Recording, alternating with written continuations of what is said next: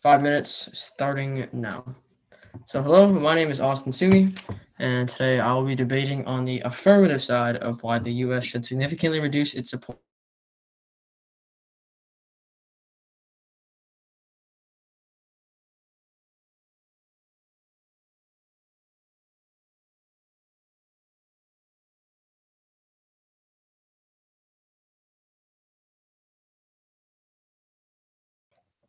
This debate should be judged using the two worlds analysis framework, and now let's begin with my contentions. So, contention one is that the war in Ukraine is costing the U.S. way too much. The U.S. is spending way too much money funding arms for Ukraine, and this is money that could be better spent elsewhere.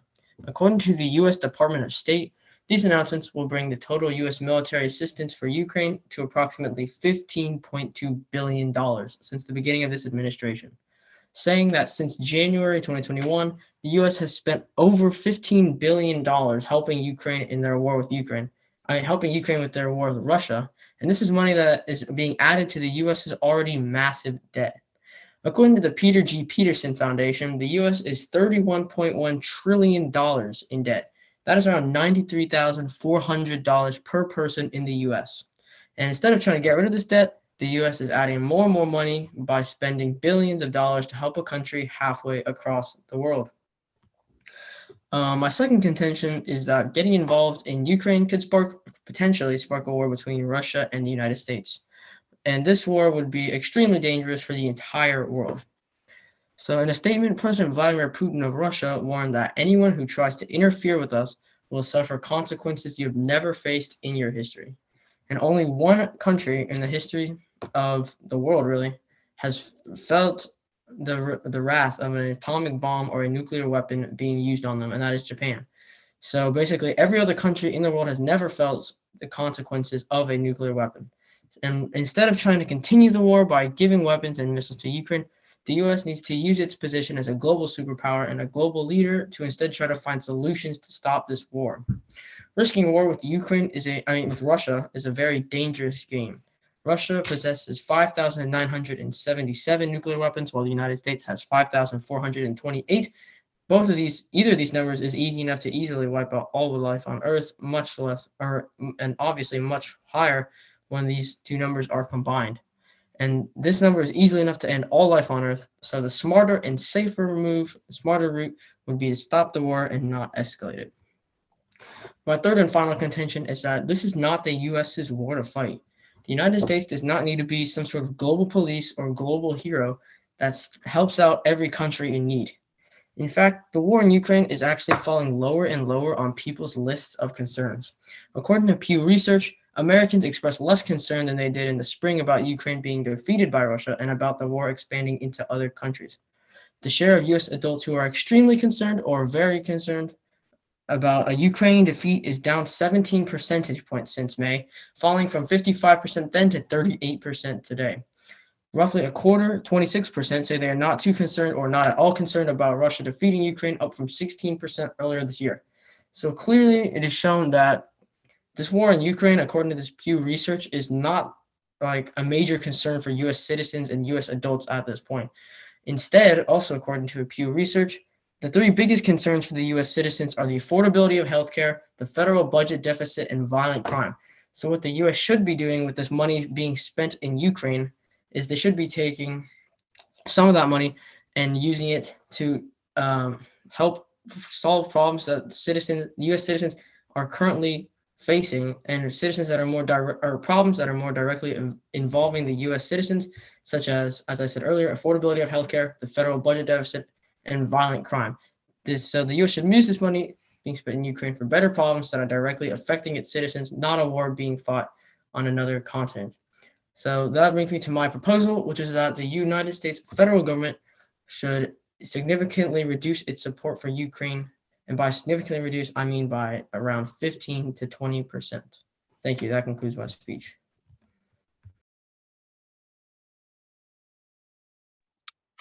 All right, we're going to go straight into 2-minute cross. Ary, when you're ready. One moment, I'm just going to go ahead and set my timer. No problem.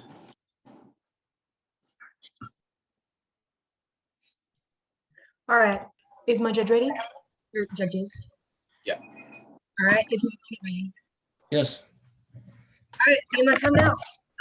So my question for you is: you talked a lot about your plan in your speech, and you said 15 to 20% multiple times. So do you know the total amount that the U.S. has spent on Ukraine? Because it's actually $54 billion, not 15. Okay. Well, the fact that it is $54 billion is actually helping my case more because it is showing that the U.S. is spending But way. did you know? That was Well, my I did question. not know that at this time, or at the Okay. time. So you said that you want to take that money, 15 to 20%. Do you know 15 to 20% of $54 billion is? Have you thought about it when you were mapping out your plan? I can't name it off the top of my head, but I could easily calculate it. Okay, that's fine. Now where's the money gonna go? Well, as I You said said, that it has to go to help the US, right? So where is that money gonna go? Is it gonna go to Medicaid? Is it gonna go to the economy? Because there are a lot of things, multi-billion-dollar industries in the US that I don't think, the status quo is good, as do a lot of citizens. So where's it gonna go? well, I didn't in my bill or in my proposal, I did not specifically say where the money would go, as it could be used depending on where it is most needed. So do you know where it's most needed? Well, as I said, the three most concerning problems for the U.S. citizens: affordability of healthcare, federal budget deficit, and violent crime. So, Okay, so how much would you want to spend in each sector? Sorry. well, as much as felt is needed. Okay, so how much is needed? You said 15 to 20% of $54 billion. Well, how much is going to be needed? How much of an impact is that going to make? Is that going to change anything? Is that going to make the citizens happier? What's the margin of citizens that'll be happier? There's no way of knowing for sure what the margin of citizens that is going to be happy. Okay, so how much of an impact is it going to make? Do you know? A significant one, I'd say. Okay, that concludes my process.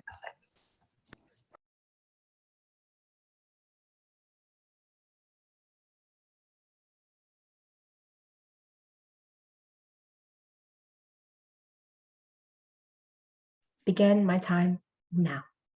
Okay, so as we all know, the framework is the heart of our debate, and my opponent has proposed his framework as the U.S. is the federal government significantly as 50 to 20%, and right now that's what I'm going to focus on here.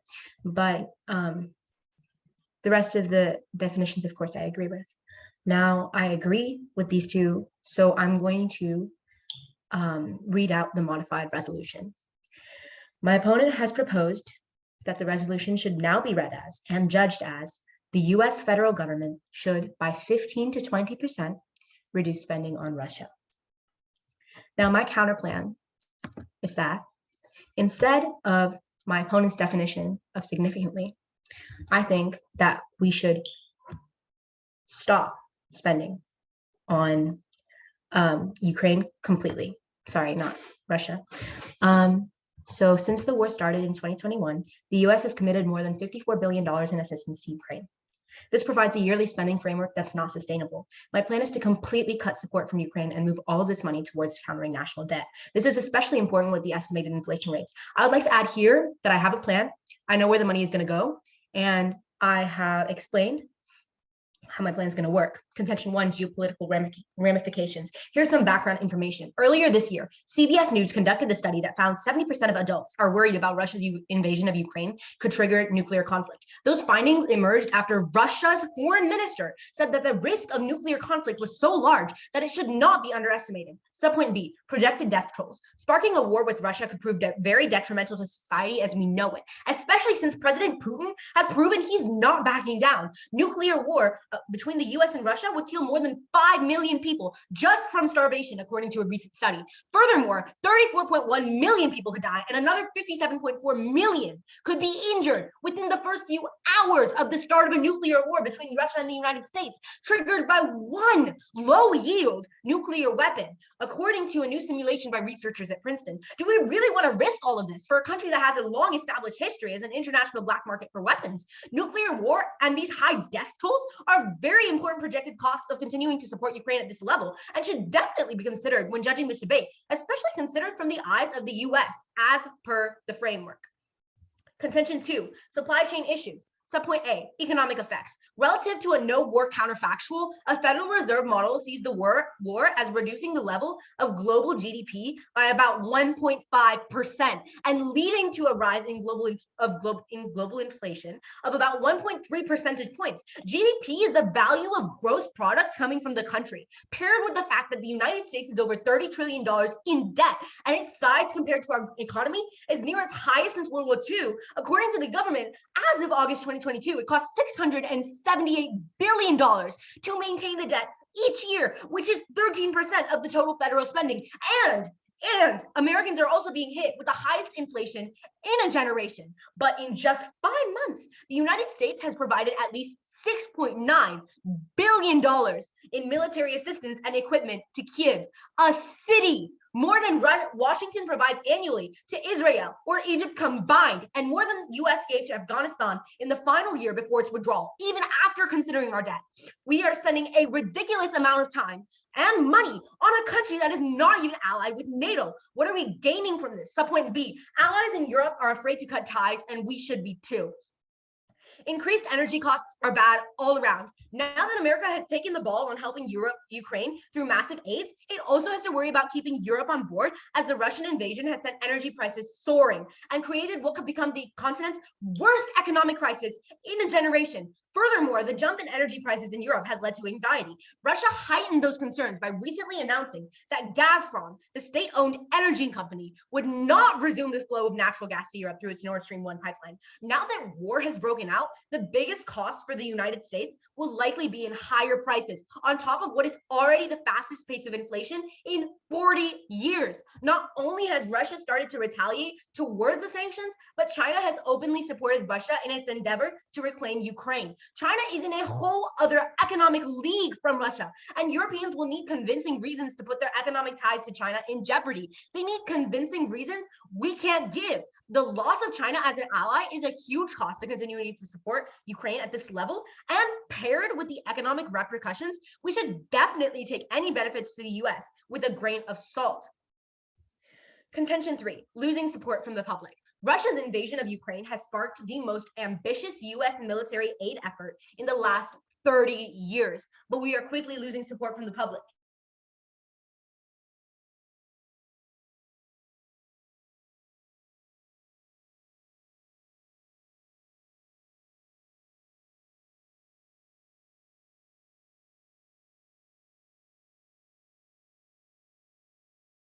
Like this, we need to have continuous public support. The way that many organizations are publicly opposing our expensive support for Ukraine does not set a good precedent for future aids.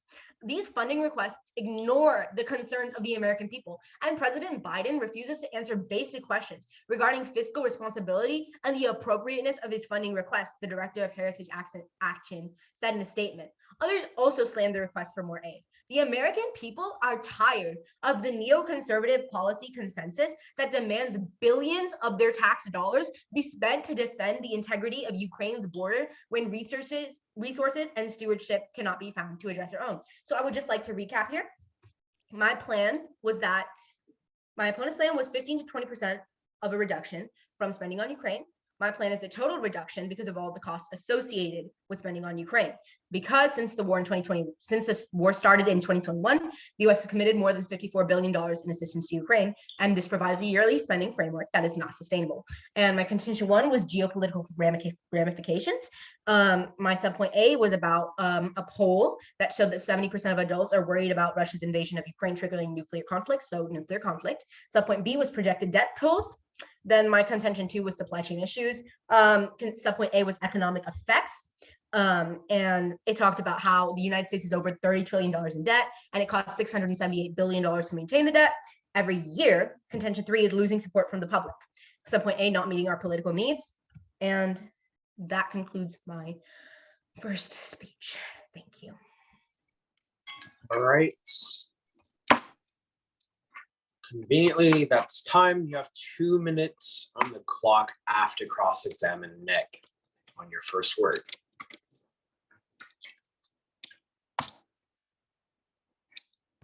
Judges ready? Yep. Opponents ready? Go for it. All right, 2 minutes starting now. So to begin, I would just like to ask, so the money that is being saved by not, so the money that is not being spent in Ukraine, what would it be used for, or would it be used at all? No, so it's going to be used um to counter the debt in the US because we're $30 trillion in debt, and it costs $678 billion to maintain the debt, and that would mean that it would take approximately 44 years to get rid of all the debt versus if we do one moment please, 732, sorry, versus if we put the money that we're spending on Ukraine towards combating the debt, we actually shave off the amount of years that the US federal spending is 13% spending on combating debt. So it would be 40 years instead of 44 years, which is a very significant reduction towards combating debt in the US. Okay, but could you tell me, like, where exactly is the money going to help fight, or to help, like, cut the budget deficit? Like, what exactly is the money doing, and where's it going? Okay, I'll explain it one more time. See, according to a US Federal Reserve study, the US is $30 trillion in debt. We spend 678 billion. So instead of spending 678 billion a year, that money that we've been allocating to Ukraine, which is $54 billion a year, that goes to money that we're allocating for combating debt. So instead of $678 billion a year, that's from the Federal Reserve, that goes to combating debt, it becomes $732 billion, which reduces, again, the amount of years we're paying. All right, that's time. AF, you have 4 minutes to offer the 1 AR when you're ready. Judges ready? Yep. Opponents ready? Yep. All right, 4 minutes starting now. So to begin, I'm going to begin this speech by responding to my opponent and what she said in her previous speech. So first off, my opponent's contention when she said that U.S. has spent $54 billion for Ukraine and that this money would be used in different places. So while the U.S. has spent a very large amount of money in Ukraine, billions of dollars, 54 billion, as my opponent has stated, that is my plan also proposes to help reduce the amount of spending spent in Ukraine from 54 billion down to roughly 15 or 20% less. So probably more like 40 billion a year as opposed to this 54 billion. And so the rest of this money, while not as much as my opponent is proposing, could be used for other things. Could be used for other things that would more specifically benefit the citizens of the United States as opposed to all being put into Ukraine. So next, my opponent said that 70% of adults are worried that the Ukrainian conflict could lead to nuclear war. So the war in Russia is very dangerous for the people of Ukraine, but reducing support for Ukraine would show that the U.S. is not trying to fight Russia in a nuclear war. Also, if a nuclear war were to break out, millions and millions of people would die. However, this is a huge if. There's no reason to believe that Russia would want to use nuclear weapons, as they have said in the past that they have no intentions of doing so. For example, according to AP News, Russian President Vladimir Putin denied having any intentions of using nuclear weapons in Ukraine, but described the conflict there as part of an alleged efforts by the West to secure its global domination, which he insisted are doomed to fail. Also, according to the New York Times, the likelihood that Mr. Putin will use a nuclear weapon remains exceedingly low. So the chances of Russia using nuclear weapons in the status quo is already low, so it would become even lower if the U.S. significantly reduced its spending by 15 to 20%. Next, my opponent said supply chain issues and how the war reduces global GDP. So what this is doing is, so this war is affecting the nation, or is affecting the world economy significantly, as many nations are not able to export, such as Ukraine and Russia are not exporting. Either they're not able to, or they just don't want to due to conflicts with other countries. So this doesn't mean the U.S. should completely eliminate its spending in Ukraine. I believe what's best for the US and what's best for the world is to find a balance between the two extremes. One being the current status quo, which is spending $54 billion a year for Ukraine, and the other being what my opponent wishes or proposes, which is to completely stop spending any money in Ukraine. Because completely stopping all spending in Ukraine would leave Ukraine floundering as it fails, as it would lose one of its biggest donators and biggest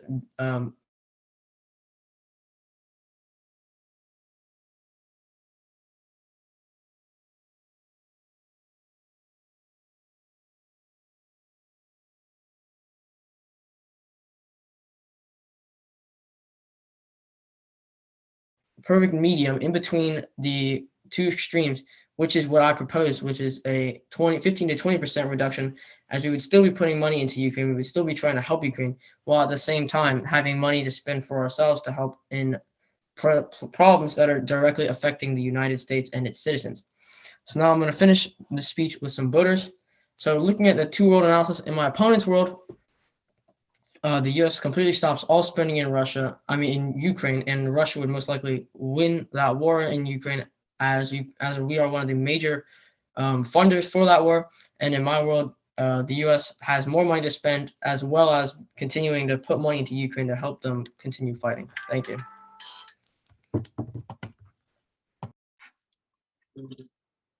Okay, we have six minutes. 6 minutes on the clock for the 1NR. This is You a ready? 5-minute speech. Oh, 5 minutes. My bad. We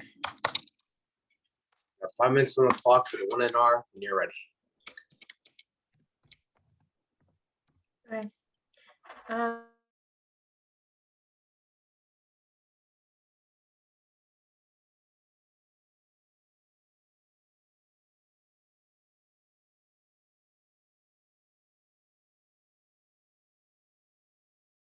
That support, it's costing us way too much. I already addressed this in my contention, and it's better suited to mine because his alternative plan is that we still spend $40 billion. That's a lot of money. Spent more than $15 billion. Yes, we have spent more than $15 billion, and we need to stop. His proposal was a reduction of $14 billion actually, which is not, and my opponent has not provided why $14 billion helps wherever he's decided it's going to go. My opponent said spark a war with Russia. Yes, it absolutely will spark a war with Russia. And in his second speech, he said that it's not going to spark a war with Russia. So my opponent, not only is he contradicting himself, but the Minister of Foreign Affairs in Russia has stated that the threat of nuclear war is so large that it should not be ignored. The Foreign Minister of Russia has stated this.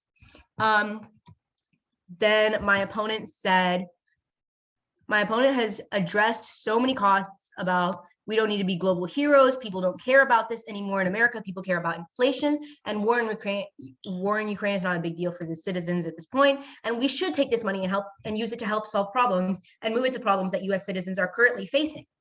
So my opponent has outlined all these negative effects and has not explained why $14 billion is significant in any way versus $15 billion or $16 billion. My opponent brought up the two worlds framework in his second speech, while I addressed the fact that he did not propose a framework in his first and said that we should use cost-benefit analysis.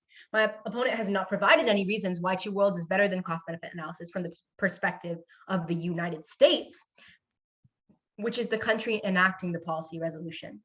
So, and my opponent's first point was that the US has spent a lot of money, but his plan reduces spending. My plan cuts spending completely. My plan gets rid of the spending, and we move it to the US Federal Reserve, where it can be better used for things that affect the US citizens. My opponent has not brought up why this war in Ukraine has any, like Ukraine winning the war has any good benefits for the US citizens that we should still be spending on it. His second point in his last speech were the 14